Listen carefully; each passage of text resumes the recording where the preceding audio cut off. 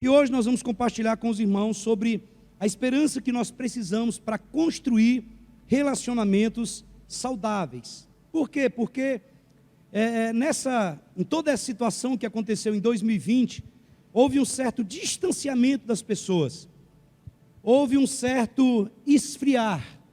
E se tem uma característica que o brasileiro tem, é de estar junto, de abraçar, de ser alguém pegajoso. E nós queremos compartilhar nessa noite sobre a esperança que nós precisamos para construir relacionamentos saudáveis.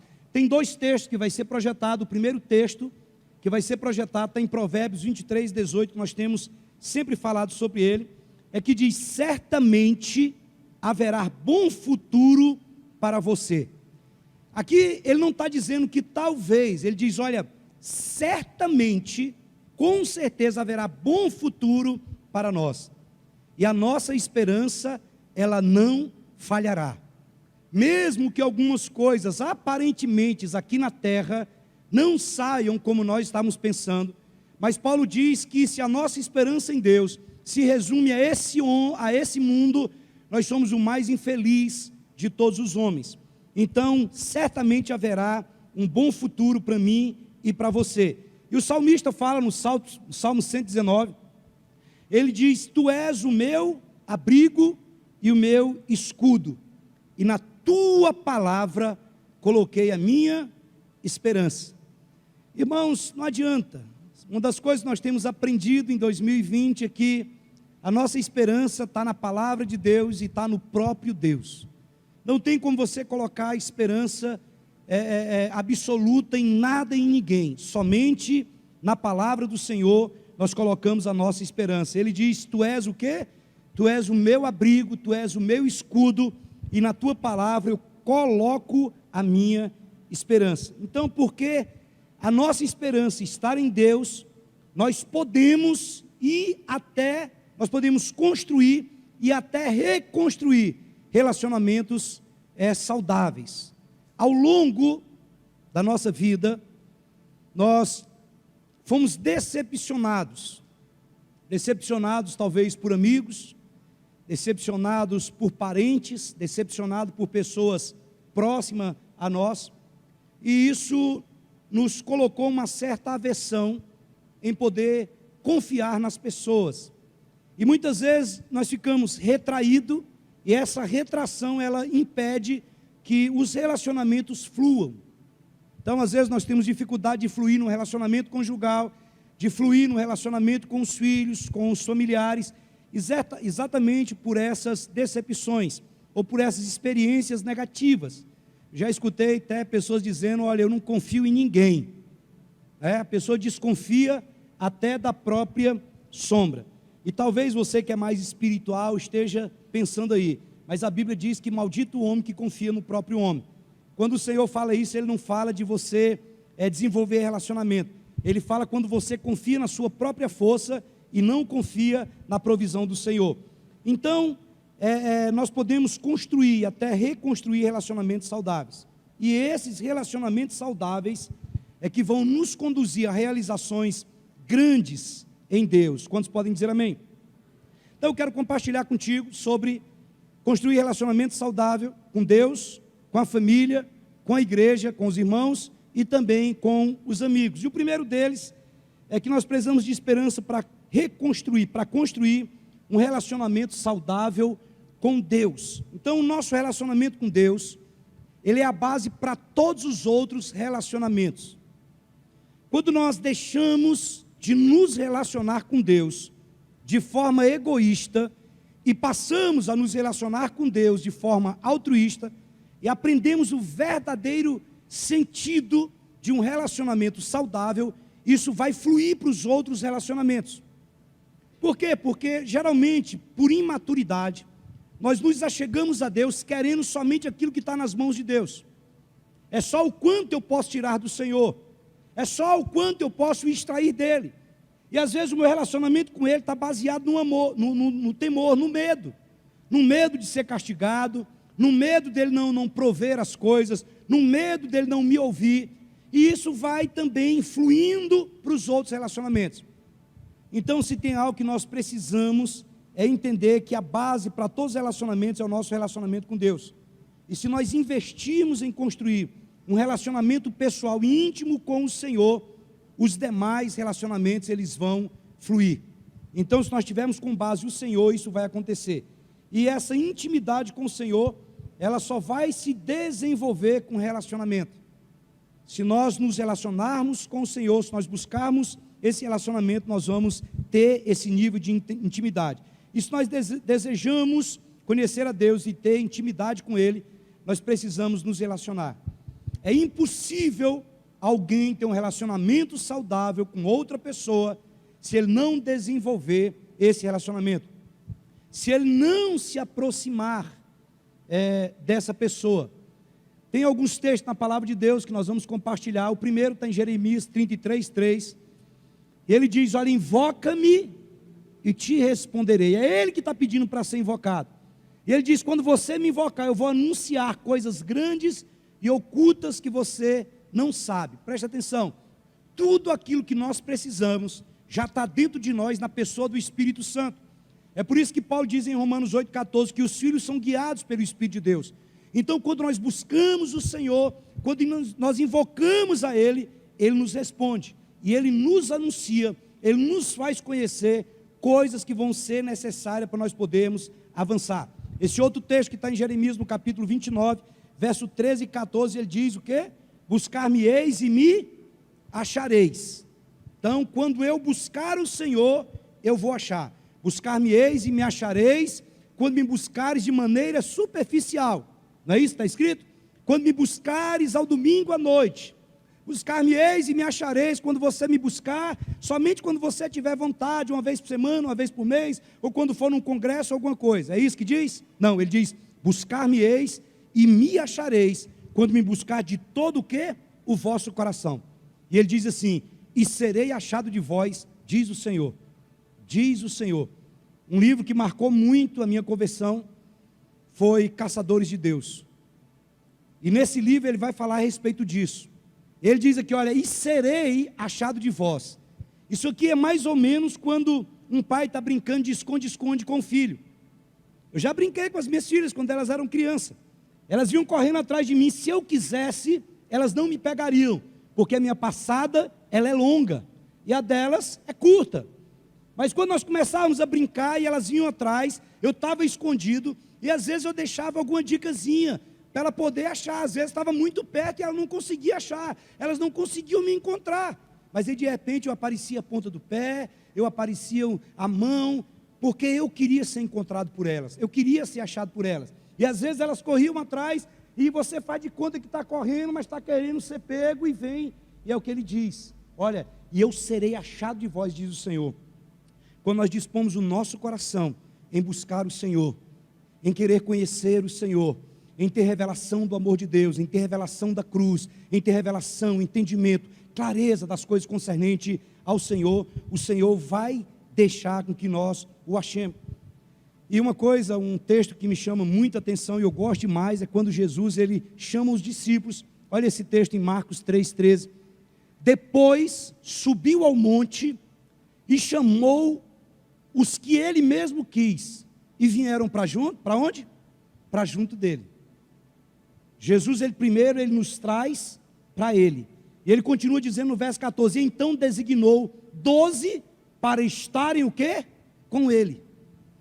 Primeira coisa que nós precisamos, depois que nós nos convertemos, é estar com o Senhor. Nós não somos chamados primeiramente para fazer alguma coisa. Consegue entender? Antes do ide, tem o vinde. Antes dele dizer ide por todo mundo e pregar o evangelho a toda criatura, ele diz: vinde a mim todos vós que estáis cansados e sobrecarregados. Então antes dele enviar, o texto diz: olha, e ele designou 12 para estarem com ele, para os enviar a pregar e a exercer a autoridade. E aí o pau ia quebrar. Mas primeiro Jesus queria eles o quê? Perto deles, para depois poder levá-los. No final do evangelho de João e no início do livro de Atos, a Bíblia diz que Jesus, depois de ressuscitado, ele aparece para os discípulos e ele diz: olha, permanecei em Jerusalém até que do alto sejais revestidos de poder. E a Bíblia diz que ele ficou 40 dias e 40 noites falando com seus discípulos, a respeito das coisas concernentes ao reino de Deus. Quando terminou esse período de 40 dias, então Atos 1:8 diz: recebereis poder ao descer sobre vós o Espírito Santo, e sereis minhas testemunhas, tanto em Jerusalém como toda a Judéia, Samaria e até os confins da terra. Então eles estiveram com o Senhor trouxe direção, eles recebem o poder do Espírito Santo e saem agora para poder fazer tudo aquilo que nós sabemos que foi feito no mundo todo. A palavra foi propagada, mas primeiro ele chamou os discípulos para perto de si. Então qual é a importância de uma comunhão profunda e íntima com Deus? Nós precisamos entender a importância disso. Toda a nossa vida deve ser estabelecida sobre o fundamento de uma comunhão pessoal, profunda e íntima com o Senhor. Nós precisamos aprender primeiramente a desenvolver isso. Por quê? Porque quando o Senhor colocou em nós o seu Espírito, Deus estava tornando possível ter comunhão conosco. O apóstolo Paulo diz, em 1 Coríntios 6,17, ele diz que aquele que se une ao Senhor, torna-se um só Espírito com Ele. Então, é um relacionamento saudável com Deus, precisa de ser investido um tempo a sós com Ele. Nós falamos sobre isso na última vez que nós ministramos aqui. E por que para desenvolver esse relacionamento saudável com Deus, presta atenção, eu não estou falando de um relacionamento doentio, eu estou falando de um relacionamento saudável. Um dia eu estava no monte aqui do Urias orando, e eu vi um pastor de madrugada, ele orando, e ele orava, ele ia para cima e para baixo, e ele dizia bem alto para todo mundo ouvir, ele dizia: Deus, se o Senhor não der o que eu pedi ao Senhor, foi um carro que ele pediu, se o Senhor não me der o carro tal, eu vou voltar para Macumba, porque tudo que eu pedia para os Exu, eles me davam. Eu estou aqui, eu não bebo, eu não fumo, e se o Senhor não me der, eu vou voltar para lá. Eu falei, ele precisa desenvolver no meu coração, eu falei para mim mesmo, isso aí é um relacionamento doentio. Esse aí é um relacionamento o quê? Egoísta. E esse relacionamento egoísta com Deus, ele vai fluir para os outros relacionamentos. Mas quando nós aprendemos a nos relacionar com o Senhor de outra forma, de forma altruísta, de entender que nós somos amados, de entender que o Senhor deseja nos abençoar, que o Senhor quer nos abençoar, que o Senhor deseja nos curar, que o Senhor deseja nos prosperar, que o Senhor deseja, a Bíblia diz que se quiserdes me ouvir, comereis o melhor dessa terra. O Senhor deseja dar tudo isso, mas nem sempre tudo vai dar certo. Nem sempre as coisas vão funcionar 100% como nós queremos. Mas a Bíblia diz que todas as coisas cooperam para o bem daqueles que amam a Deus e que são chamados segundo o seu propósito. Não importa o que aconteça, Ele é Deus. Ele não precisa provar para mim que é Deus se Ele curar alguém ou se Ele me der um presente. Não. Eu aprendi a me relacionar de maneira saudável e eu sei que Ele continua sendo Deus. Às vezes tem situações que nós não entendemos, mas Ele não perdeu o controle. Então, um relacionamento saudável com Deus, para nós desenvolvermos esse relacionamento, nós precisamos ter comunhão com Ele, precisamos gastar tempo com Ele, por vários motivos. E o primeiro motivo está aí colocado. Por que nós precisamos desenvolver esse tempo com o Senhor? Porque nós fomos criados para ter comunhão com Deus. Gênesis capítulo 1, 26, a parte A diz: também disse Deus, façamos o homem conforme a nossa imagem, conforme a nossa semelhança. Nós fomos chamados pelo Senhor, nós fomos criados pelo Senhor, conforme a sua imagem e conforme a sua semelhança. Preste atenção. João capítulo 3 diz que Deus é o quê?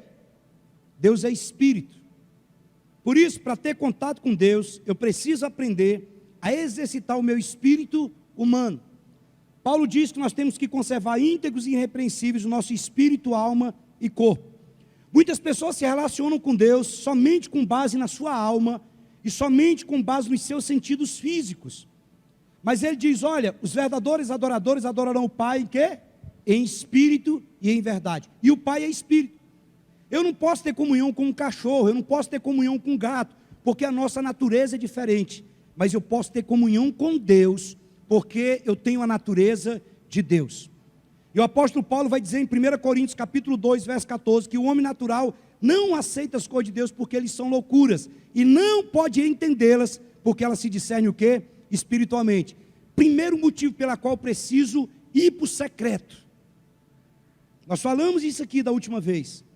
O Senhor já está lá no secreto. Ele diz, quando orares, entra em teu quarto em secreto, e o teu pai que te vê em secreto, ele vai te abençoar. Depois ele fala a mesma coisa quando ele diz respeito à esmola. O salmista no capítulo 91, verso 1, ele diz o quê? Aquele que habita onde? No esconderijo, algumas traduções é secreto. Aquele que habita no secreto, aquele que habita no esconderijo do Altíssimo, a sombra do Onipotente descansará. O Senhor já está lá, e mesmo que nós não o sintamos, mesmo que nós não o vejamos, o que mais importa é que Ele nos vê, mesmo com dificuldade, todas as vezes que nós voltamos o nosso coração para estar sós com o Senhor, enfrentamos as dificuldades que sejam naturais e espirituais, a Bíblia diz que o Senhor nos vê e o Senhor nos recompensa. Deus, Ele nos fez a sua imagem e semelhança, porque Ele queria ter comunhão conosco, e nós fomos criados por Deus com o impulso de buscá-lo. Então você nunca vai dizer assim, eu não estou com vontade de orar, eu não estou com vontade de ler a Bíblia, não.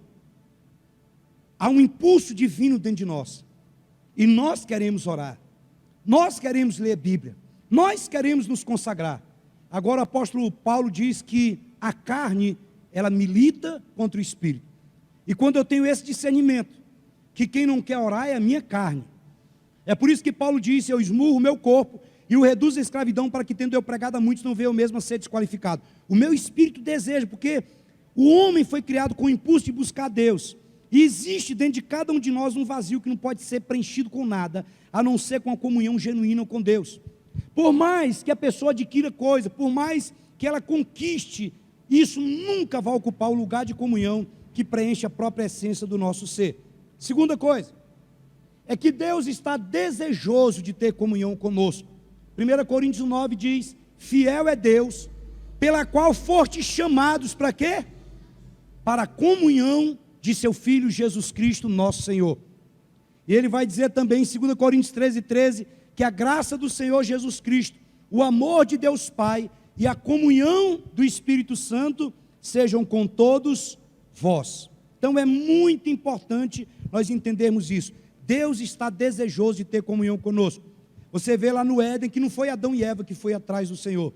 Foi o Senhor que ia todos os dias, na virada do dia, para ter comunhão com o homem. Terceira coisa, é que nós precisamos comer pão espiritual todos os dias, para sermos saudáveis e até mesmo para continuarmos vivos espiritualmente. Olha só o que Jesus diz em Mateus capítulo 4, verso 4. Ele diz que nem só de pão viverá o homem, mas de toda palavra que procede da boca de Deus. Você sabe qual que é o problema que nós enfrentamos? Imagine, trazendo aqui para o mundo natural, imagine que cada um de nós aqui só comêssemos no domingo à noite. Você pega ali um sanduíche, nós estamos falando de relacionamento saudável. Então digamos que você pega somente frutas, verduras, coisas boas, saudáveis, e se alimente só no domingo à noite. Como que seria a nossa saúde?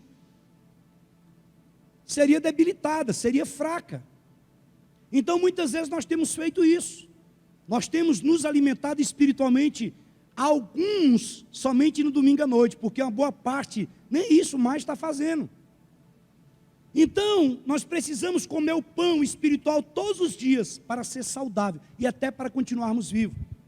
Quando você começa a perceber na sua própria vida a carnalidade se tornando presente, quando você começa a perder o desejo de estar em contato com os irmãos, de estar em contato com um tanto de coisa, se você for honesto, você vai ver que você tem parado de comer o pão diariamente. Você tem se afastado do Senhor. Muitas pessoas estão sofrendo espiritualmente, estão morrendo espiritualmente, mas é porque não estão comendo o pão diário. Jesus disse, olha, eu sou o pão de Deus, que descendo do céu, dá vida ao homem. E ele disse, olha, quem de mim se alimenta por mim viverá. O maná, ele era derramado todos os dias. A oração do Pai Nosso diz: o pão nosso de cada dia nos dai hoje. Nós precisamos estar constantemente diante do Senhor. Eu escutei uma historinha de alguém que ligou numa rádio, estava tendo um programa de rádio, e ele disse: olha, pastor, eu vou parar de ir para a igreja, eu vou parar de servir ao Senhor, porque já há tantos anos que eu sirvo a Deus, e o senhor quer saber de uma coisa? Eu nem me lembro da pregação de domingo passado, eu nem me lembro da pregação de 2 semanas atrás. Então o que está adiantando eu ir para a igreja? O que está adiantando eu cultuar a Deus? E aquele pastor, de maneira muito sábia, perguntou para ele: meu filho, você lembra a comida que você comeu há 15 dias atrás? Ele disse: não. Você lembra da comida que você comeu há tantos dias atrás? Ele disse: não. Ele falou: pois é, mesmo que você não lembre da comida que você comeu lá atrás, essa comida que te manteve vivo até hoje. Às vezes você pode vir num culto e não sentir tanta coisa, não sentir arrepio, não sentir aquela unção toda especial, mas preste atenção, a Bíblia diz que o Senhor está aqui, onde tiver 2 ou mais, aqui o Senhor está. E mesmo que eu não sinta, mas quando eu me exponho à influência da palavra, quando eu me exponho à oração, quando eu me exponho às práticas espirituais, ei, é isso que me sustenta, é isso que me mantém vivo, é isso que me faz prosseguir. Então nós precisamos comer o pão espiritual todos os dias. Por que que muitas pessoas não possuem vida? Porque elas pararam de separar um tempo para estar com o Senhor. Nós precisamos, segunda coisa, nós precisamos de esperança, vai ser projetado para construir um relacionamento saudável com a família. Escute, essa pandemia serviu muito para isso. Porque muitas pessoas reclamavam que não tinham tempo para estar com o Senhor. Tempo nos foi dado. E nós precisamos também desenvolver, construir um relacionamento saudável com a nossa família. Olha o que diz Provérbios 11, 29. Ele diz: quem causa problemas à sua família, herdará somente o quê? Vento. E ele diz: o insensato será servo do sábio, no final do versículo. Então, querido, se teve uma época que começou a ter muito divórcio, muita agressão familiar, foi nessa época de isolamento. Exatamente por quê? Porque ao longo dos anos, nós não desenvolvemos um relacionamento saudável com a nossa família, nem com Deus e nem com a nossa família. Então, há um índice muito grande de agressão, há um índice muito grande de separação, exatamente por isso. Por quê? Porque se eu não sou obrigado a ficar no mesmo lugar, começou uma situação, eu pego as minhas coisas e vou para a rua, vou jogar futebol, vou para o boteco, vou viajar, e eu deixo aquilo para depois. Então, se não há esse ajuste no relacionamento, então o relacionamento ele vai continuar sendo um relacionamento o quê? Doentio. Então a nossa família, ela pode não ser perfeita, mas foi o lugar onde Deus nos colocou. Talvez nós percebemos que algumas pessoas ficam desejando ter nascido em outra família. Ah, mas se o meu pai fosse fulano. Ah, mas se eu tivesse nascido... Preste atenção, Deus não erra. Nós somos colocados na família correta. O que nós precisamos é fazer a leitura e pedir ao Senhor que nos transforme, que nós sejamos parte da solução dentro da nossa casa e não parte do problema. Então a minha família não é perfeita, mas preste atenção, é o melhor de Deus para mim. É o que o Senhor me deu, é onde Ele me colocou. E eu vou fazer a minha parte para que isso seja bênção. Então, por isso que nós devemos ter relacionamentos saudáveis na família. Assim como o nosso relacionamento com Deus é base para os demais relacionamentos, o nosso relacionamento familiar vai servir de apoio, ou ele vai sugar as nossas forças e a nossa alegria. Tem muitas pessoas que, por estarem em uma família disfuncional, aquilo suga tanto as suas forças, aquilo rouba tanto as suas energias, que impede a pessoa de ter um relacionamento saudável fora do âmbito familiar. Então, eu quero colocar aqui algumas dicas para que nós possamos desenvolver melhorar o nosso relacionamento familiar. Primeiro, use sempre o bom senso. Use sempre o bom senso. Algo que eu tenho aprendido é não resolver as coisas no calor da decisão.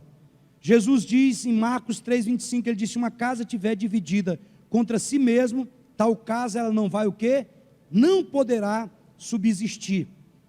Então, dentro da família, nós temos que aprender a usar o bom senso. Porque, às vezes, a falta de ter bom senso causa destruição. Muitas vezes as pessoas querem resolver as coisas na hora. Eu estou te falando eu vou colocar coisas aqui que ainda não é uma realidade 100% da minha vida, mas eu entrei nesse processo. E eu tenho pedido isso ao Senhor. Por muitas vezes eu quis resolver as coisas na hora. Sabe aquele negócio que às vezes a mulher quer resolver na hora e o homem fala assim, meu bem, espera um pouco. Não, porque tem que resolver agora. Porque se não resolver agora, está tudo acabado. Ou então às vezes o marido, não, porque esse negócio tem que resolver já. Eu já fiz muito isso, irmãos. Já prejudiquei muito a minha família com isso. Mas eu entendi que eu preciso ter um bom senso, eu preciso parar. Tem hora que você tem que parar e contar até 10 mil. Então, na minha casa, com a Rosângela, ela sabe, quando eu estou zangado, ela fica quietinha. E quando eu vejo que ela está zangada, meu irmão, eu passo até assim, ó. Sabe por quê? Porque eu sei que se eu for discutir, se eu for brigar, então vai haver destruição. Então, para termos um relacionamento saudável, nós precisamos usar o bom senso. Segunda coisa, seja empático. Jesus diz em Mateus 7, 1 e 2, ele diz, não julgueis para que não sejais o quê? Julgado. Porque com o critério com que julgardes, sereis julgado, e com a medida com que tiverdes medido, vos medirão também. Nós temos que lembrar, e eu tenho procurado demais aprender isso, irmãos, a me identificar com a pessoa, a ter essa empatia, aprender a se colocar no lugar da outra pessoa.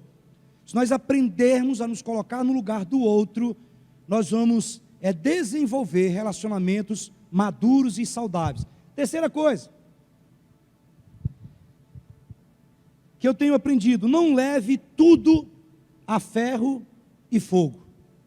Não leve tudo a ferro e fogo.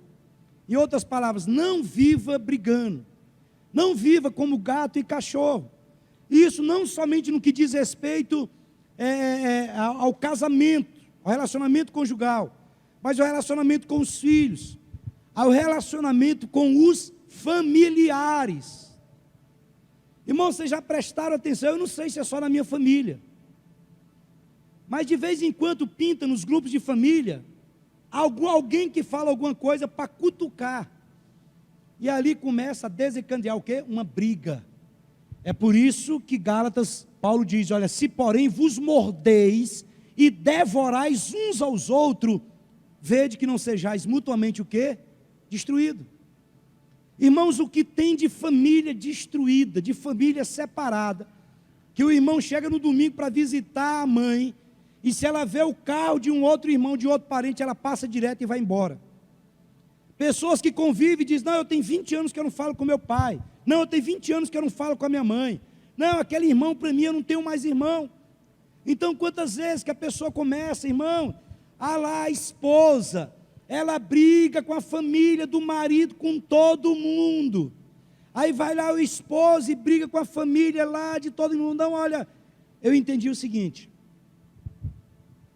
se a minha sogra está bem, minha esposa vai estar bem. Se o meu sogro está bem, se a família da minha esposa está bem, se eu entendo que esses que foram agregados, eles fazem minha esposa feliz, então eu não vou criar inimizade com eles. Minha esposa já perdeu o pai e a mãe, meu sogro e minha sogra, e graças a Deus, eu sempre tive um bom relacionamento com eles. O meu sogro, ele sempre ia em Trindade, visitar uma filha na Vila São Contolengo, e eu saía de Goiânia, pegava o meu carro, ia lá, buscava ele, levava ele em Trindade, deixava ele em casa e vinha embora. E ele preferia muitas vezes ir comigo. Às vezes eu acho que quem mais o levou lá fui eu. Ele queria colocar gasolina, eu falei, de maneira alguma, senhor Adão, não precisa colocar combustível. Está tudo bem, graças a Deus. Então, nós precisamos entender que viver brigando, tratar tudo a ferro e fogo, não vai resolver. E sabe algo que eu tenho aprendido, querido? É que problemas surgem em toda família. Surge ou não surge? Ou lá na sua casa não tem problema? Tem, claro que tem. Mas eu aprendi que nós devemos usar força proporcional ao problema. Porque muitas vezes nós somos muito rigorosos e usamos uma força muito grande para resolver algo pequeno. Preste atenção. Uma coisa é eu levantar um saco de cimento de 50 quilos. E outra coisa é eu levantar um saco de sal de 1 quilo. Eu não vou imprimir a mesma força para levantar um saco de sal, um pacote de sal, que eu uso para levantar um saco de cimento.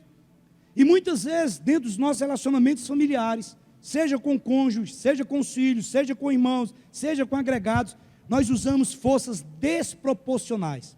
Ou seja, nós maximizamos demais as coisas. Nós temos é que minimizar. Nós temos é que chegar ali e entender que chegou um ministro da reconciliação e colocar a paz no lugar. Outra coisa, outra dica boa, respeite o espaço de cada um. Pode colocar o texto. Mateus 5,9, Gálatas 5,13. Gálatas diz, porque vós, irmão, foste chamado para a liberdade, porém não useis da liberdade para dar ocasião à carne. Sede antes servos uns dos outros pelo amor. Então não é porque eu tenho liberdade, não é porque eu vou desenvolver um relacionamento saudável com minha família, que eu vou dar ocasião à carne. Paulo diz, olha, antes sede servos uns dos outros, e isso por amor. Não é porque é obrigatório, mas é por amor. E Mateus 5,9, Jesus diz, bem-aventurado os pacificadores, porque serão chamados o quê? Filhos de Deus. Bem-aventurados os pacificadores, pois serão chamados filhos de Deus. Respeitar o espaço de cada um. Respeito acima de tudo. É fundamental para qualquer relacionamento, seja na família ou não. Sem ele, nós vamos ver que as relações, elas ficam muito desgastadas. E muitas vezes isso implica em aceitar diferença. Porque cada família, cada indivíduo da família ela tem o seu ritmo. Ela tem o seu jeito de vivenciar as coisas na vida. Tanto os filhos como os pais desenvolvem características diferentes. Lá em casa nós somos 9 irmãos. Irmãos, cada um é diferente do outro. Toda família tem aquele que é mais devagar, não tem? Tem aquele que se morrer de repente leva uma semana para cair, tem ou não tem? Toda família tem aquele que é acelerado, não é? O cara está lá, você mal terminou de falar, ele já foi lá já, e geralmente o acelerado ele fica agoniado com o que é mais lerdo. Geralmente o lerdo até que tem, ele tem tanta paciência que ele não importa tanto com o acelerado. Mas o acelerado ele quer matar o que é mais lento.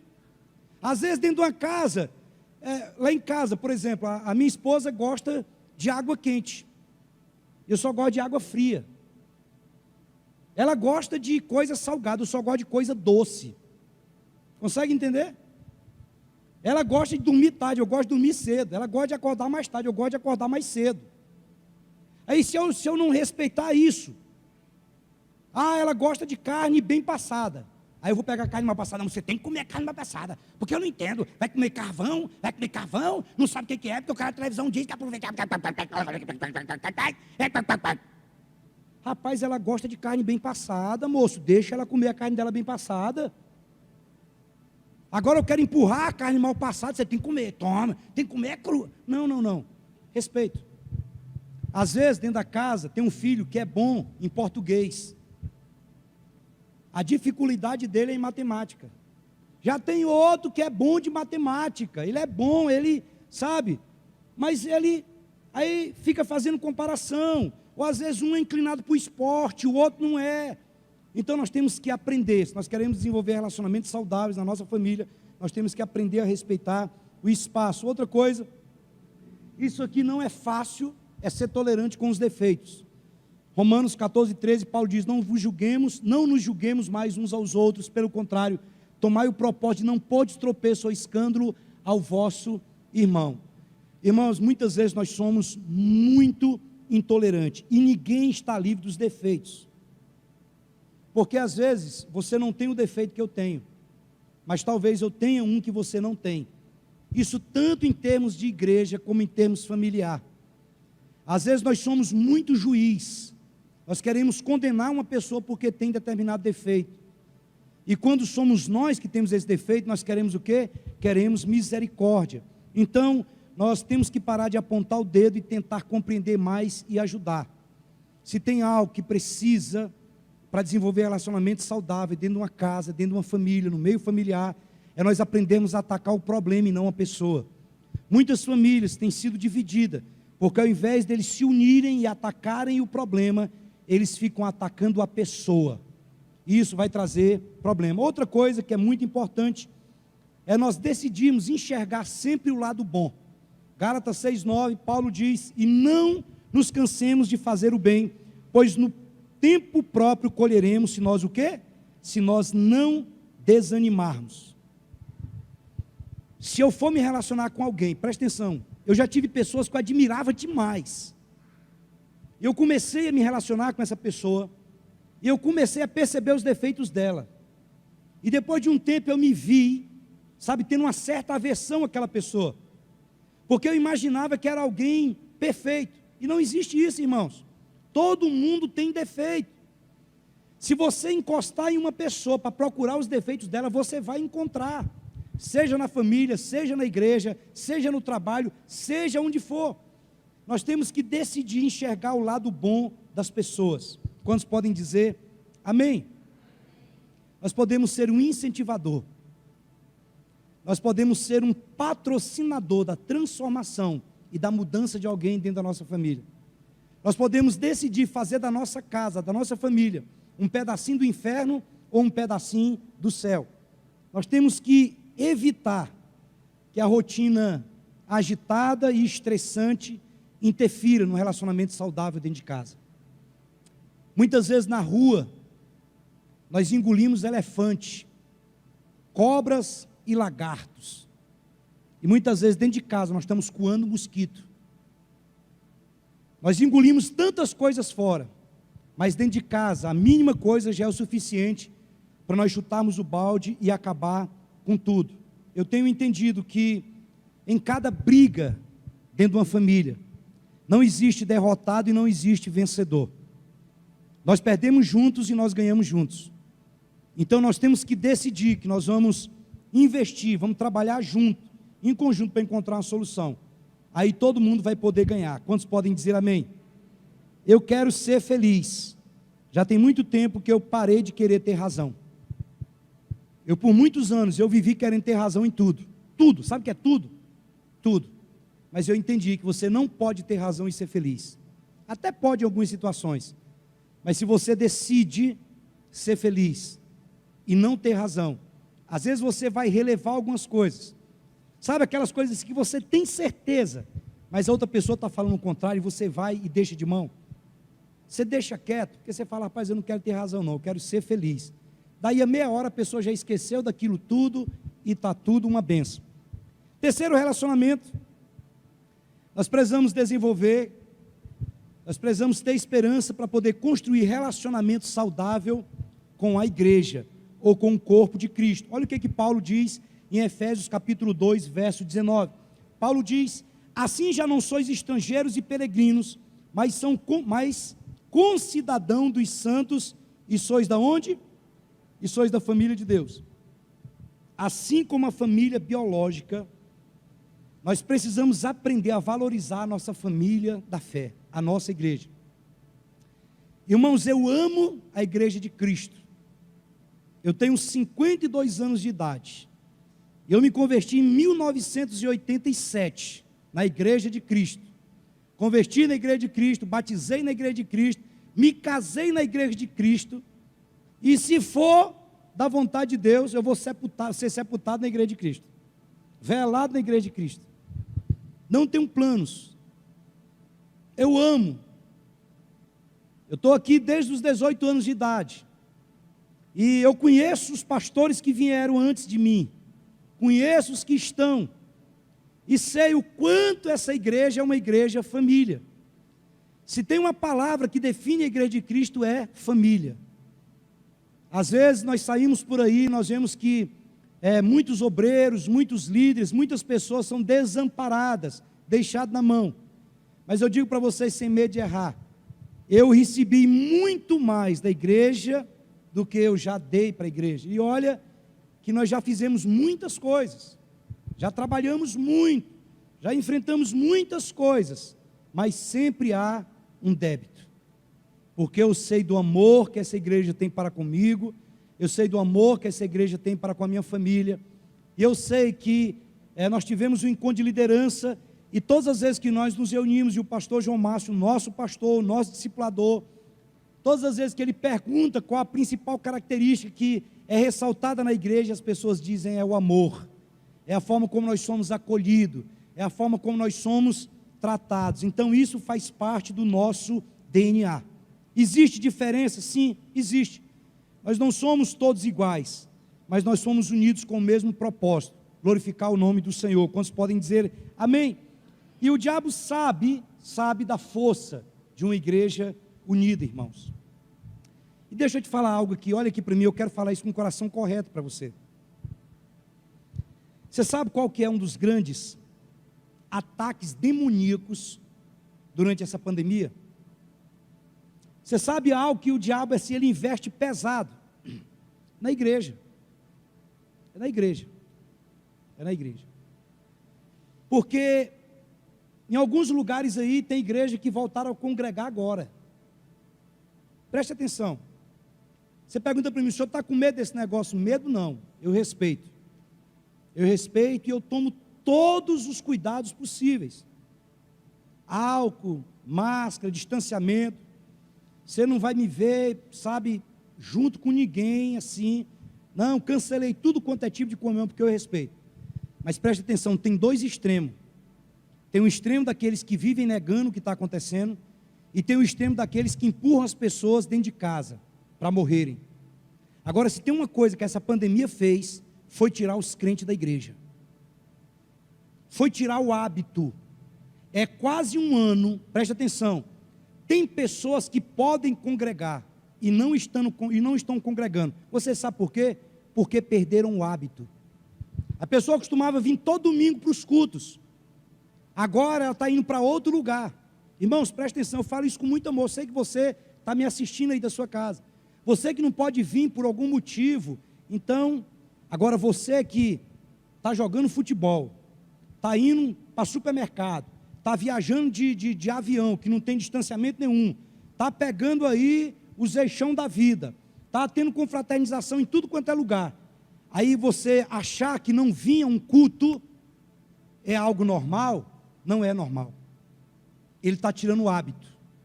E depois que tudo voltar à normalidade, infelizmente muitos irmãos já não estarão mais congregando. Ah, mas não é a mesma coisa ficar em casa de televisão. Não é a mesma coisa. Se fosse a mesma coisa, o autor de Hebreus não diria: não deixai-vos de congregar, como é costume de alguns.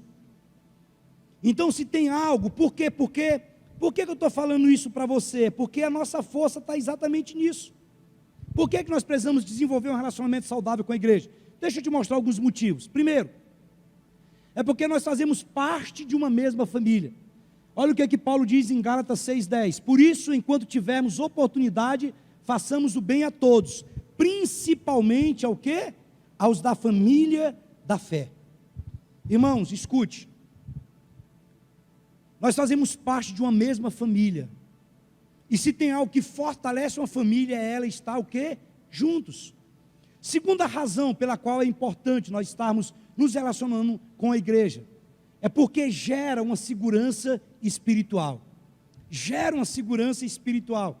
Você vai perceber na Bíblia que os amalequitas, quando eles iam matar o povo de Israel, eles olhavam os que estavam para trás, os doentes, os cansados, os afastados, e era neles que os amalequitas atacavam.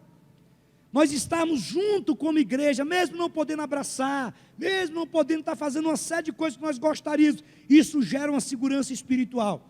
O texto diz: melhor é serem dois do que um, porque se caírem um levanta o companheiro. Ai, porém, do que estiver só, pois caindo não haverá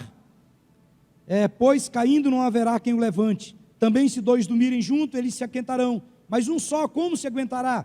Se alguém quiser prevalecer contra um, os dois lhe resistirão. O cordão de 3 dobras não se arrebenta com facilidade. Eclesiastes capítulo 4, versículo 9 ao 12. Outra razão é porque a igreja é o quê? A igreja é o corpo de Cristo. Irmãos, nós precisamos pedir revelação a Deus disso. A Bíblia diz que Jesus é o cabeça e que a igreja é o quê? É o corpo.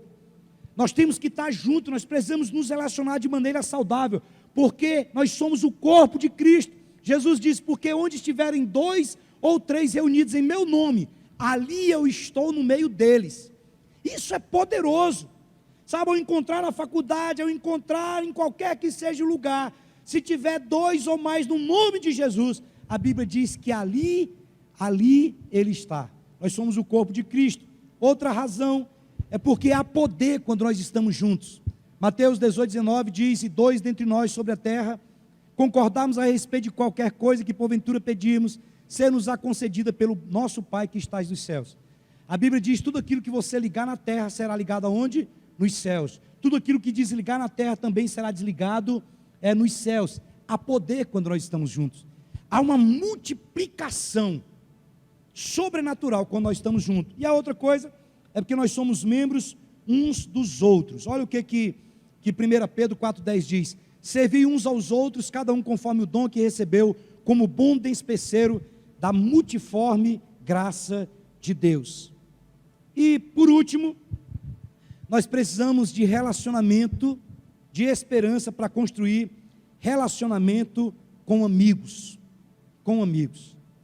A pergunta é: quem são os nossos amigos? Quem são os nossos amigos? Jesus, ele tinha 120 discípulos, Jesus tinha 70 discípulos, Jesus tinha 12 discípulos, Jesus tinha 3 mais próximos, e Jesus tinha um que era mais chegado. Nós nos relacionamos com muita gente, mas nós precisamos de amigos. Nós precisamos de pessoas que nós tenhamos liberdade de falar dos nossos sentimentos mais profundos, de quando necessário for, nós confessarmos os nossos pecados, porque a Bíblia diz que quando nós confessamos os nossos pecados para Deus, Ele nos perdoa, mas quando nós confessamos os nossos pecados uns aos outros, e oramos uns pelos outros, nós somos o quê? Nós somos curados. Nós precisamos ter amigos, que nós possamos, no escuro, entregar uma faca na mão dele e virar as costas para ele, sem medo de ser apunhalado. Nós precisamos ter esperança para construir amizades desse nível, e fazer tudo isso sem medo de ser condenado, sem medo de ser julgado.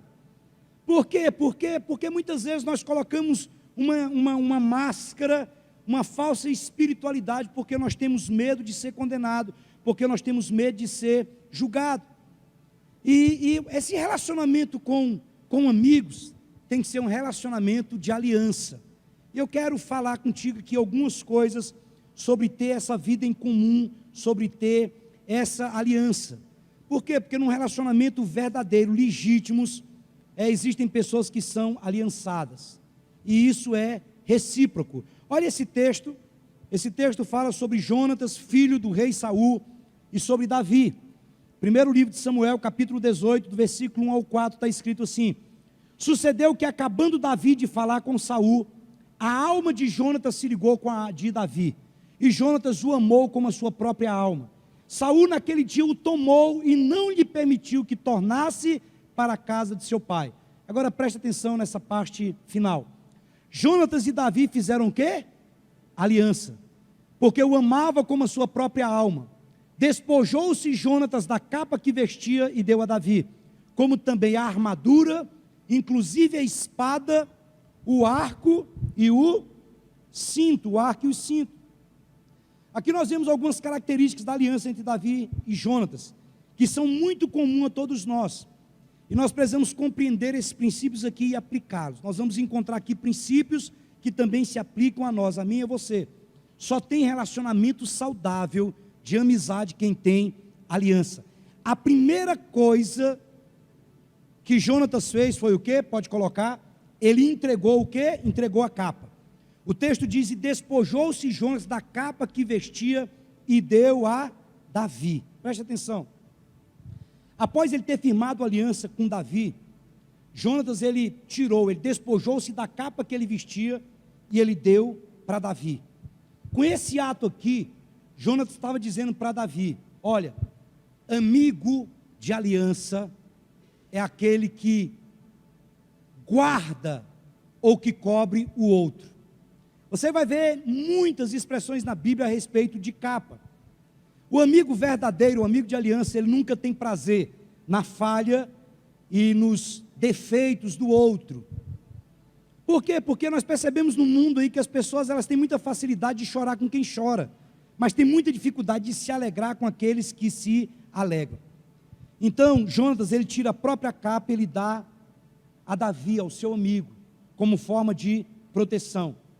É como se um irmão tivesse desnudo, como se ele tivesse sido exposto por algum tipo de falha, e ao invés de nós abrirmos a boca e contar para todo mundo, nós simplesmente o cobríssemos, nós colocássemos uma capa sobre ele. Agora preste atenção, eu não estou falando aqui de se tornar cúmplice dos pecados dele. Significa que mesmo confrontando, mesmo dizendo para ele que você não concorda, mas você jamais vai expor a fraqueza dele. Segunda coisa que nós percebemos aí, o texto diz que ele se despojou da armadura, como também a armadura. Jonatas, ele despojou, ele entregou a armadura. Hoje é colete à prova de bala, para você ter uma ideia. Antigamente essa armadura, ela servia exatamente para proteger. Então Jonatas está dizendo, olha, para ser um amigo de aliança, não basta simplesmente você proteger, você cobrir a pessoa. Você colocar a armadura e você dizer, olha, nós sofremos todo tipo de ataque, e vem de todos os lados, em todos os níveis. Então eu também quero me despojar da armadura, eu quero te cobrir, eu quero te proteger.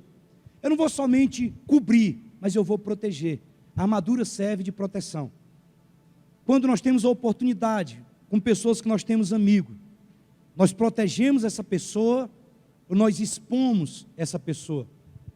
Porque se tem uma coisa que nós podemos, irmãos, e acontece, é quando você desenvolve amizade com alguém, você também sabe dos pontos fracos dessa pessoa.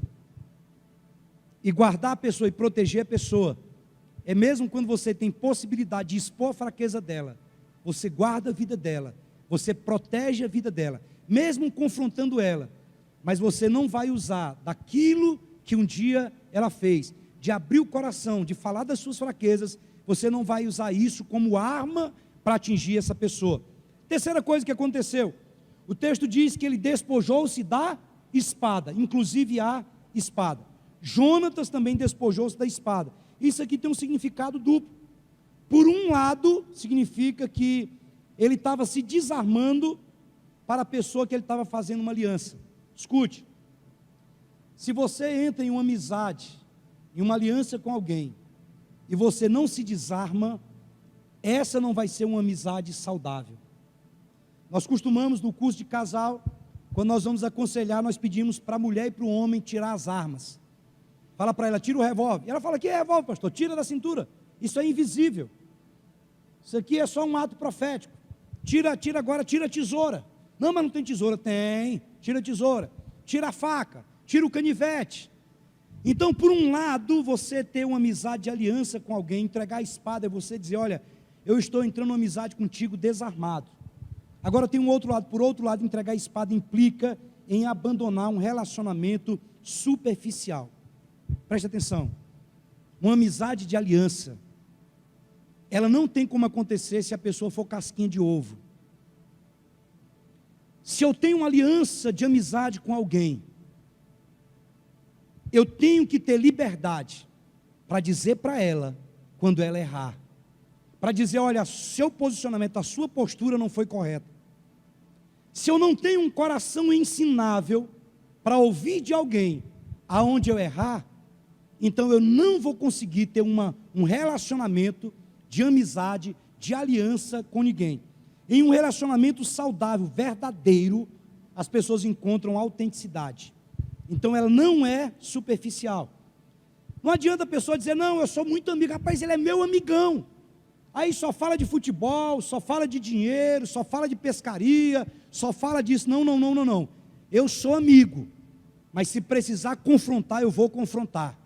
Assim como eu dou liberdade para quem tem aliança comigo, presta atenção, eu não aceito que qualquer pessoa venha falar e apontar o dedo para mim, mas pessoas que eu sei que têm autoridade sobre a minha vida, pessoas que eu tenho aliança com ela, pessoas que eu sei que são amigas, então, meu amigo, eu não posso ficar dodói quando ela vier me confrontar. Às vezes eu estou com comportamentos inadequados, e eu tenho que ser maduro para ouvir o que a pessoa está falando.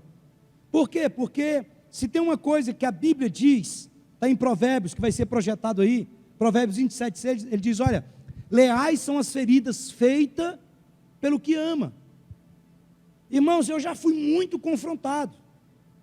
E eu também já confrontei. E já ajudei muitas pessoas amigas. E já fui ajudado. Presta atenção. Amigo não é aquele que fala somente o que você quer ouvir. Isso aí pode ser qualquer coisa. Pode ser puxa-saco, pode ser o que for. Pode ser um omisso. Mas o amigo verdadeiro que tem aliança, se ele vê comportamentos inadequados, se ele vê eu pisando numa bola, eu tenho que dar essa liberdade para ele falar na minha vida, para ele ser boca de Deus, porque às vezes eu estou caminhando para o pecado, eu estou caminhando para a queda, eu estou caminhando para fazer besteira, e de repente um toque de alguém que é leal. Leais são as feridas feitas por aquele que ama. Quarta coisa, o texto diz que ele fez o quê? Ele entregou o arco. Nos dias de Davi e de Jonatas, o arco não era exclusivamente uma ferramenta de guerra. A sua prioridade era o quê? Era a caça. Em outras palavras, quando Jonas estava entregando o arco, ele estava dizendo: Davi, eu estou contigo não somente de boca, mas eu estou contigo para o que der e vier. Escute, eu tenho amigos, pessoas de aliança, que se eles precisarem de algo, e tiver ao meu alcance, eu farei o possível e o impossível para estar junto com ele. Eu estou falando isso em todos os níveis. Pode ser dinheiro, pode ser o que for. Eu não estou dizendo aqui que você tem que meter a mão no bolso e sair dando mão para todo folgado, não, dinheiro para folgado não. Eu estou falando para pessoas que você conhece, que você tem aliança, que você pode entregar para ele uma faca, virar as costas e não tem medo. Sabe, quando Jonatas entrega o arco para Davi, ele está dizendo: olha, você pode contar comigo para tudo, não somente para orar por você, mas se houver uma necessidade e eu puder te ajudar, eu vou ajudar. Escute, tem pessoas que dizem: ah, mas se eu tivesse eu ajudaria. Eu não ajudo porque eu não tenho. Eu sempre digo: eu ajudo com o que eu tenho. Com o que eu não tenho eu não ajudo. Com o que eu gostaria de ter eu não faço conta, mas com aquilo que eu tenho, se é alguém de aliança, eu estou junto com ele. E a quinta e última coisa, o texto diz que ele entregou o quê? O cinto. O cinto era usado para quê? O cinto era usado para dar firmeza e sustentação. Para os homens é para não deixar a calça cair. As mulheres não sofrem disso. Mas é doído para um homem quando ele pega a calça, veste, esquece de colocar o cinto e a calça está caindo. Irmãos, é como se você estivesse nu. É esquisito. Mas tem uns que dão um jeito, amarra um cordão, amarra a sacolinha, porque ele quer firmeza e quer sustentação. Preste atenção, numa aliança entre amigos, você está ali também para dar firmeza a ele, para ser sustentação nos momentos de necessidade. Quantos podem dizer amém? É tempo, é hora de nós nos despojarmos da capa, da armadura, da espada, do arco e do cinto.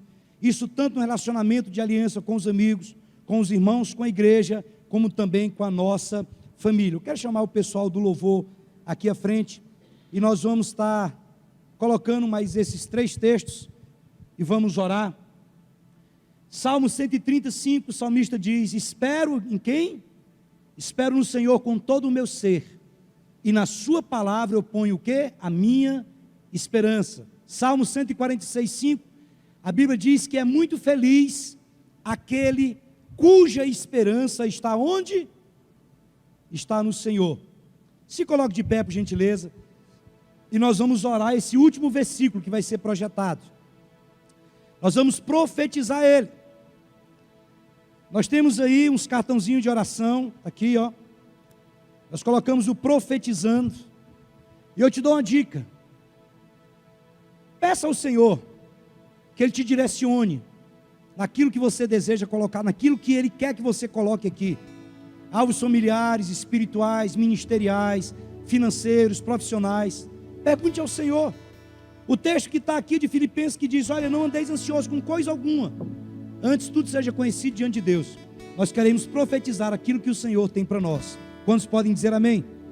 A fé é para o hoje, a esperança aponta para o futuro. E nós vamos orar. Você pode pegar lá atrás, tem esse cartãozinho, e eu te dou uma dica: pegue 2. Um desses você vai preencher e vai colocar aqui para o Ministério de Intercessão estar orando constantemente. E o outro você vai colocar dentro da sua Bíblia. ou em algum lugar que você tem acesso constantemente, para você estar orando, para você estar, sabe, colocando diante de Deus esses alvos. Vamos orar esse versículo diz, olha, e que o Deus da esperança nos encha de toda alegria e paz por sua confiança nele, para que vocês transbordem de esperança pelo poder do Espírito Santo. Então nós vamos orar, porque esse é um tempo em que a esperança tem sido roubada, e nós vamos invocar nessa noite o Deus da esperança. Feche os seus olhos e comece a invocar o Deus da esperança.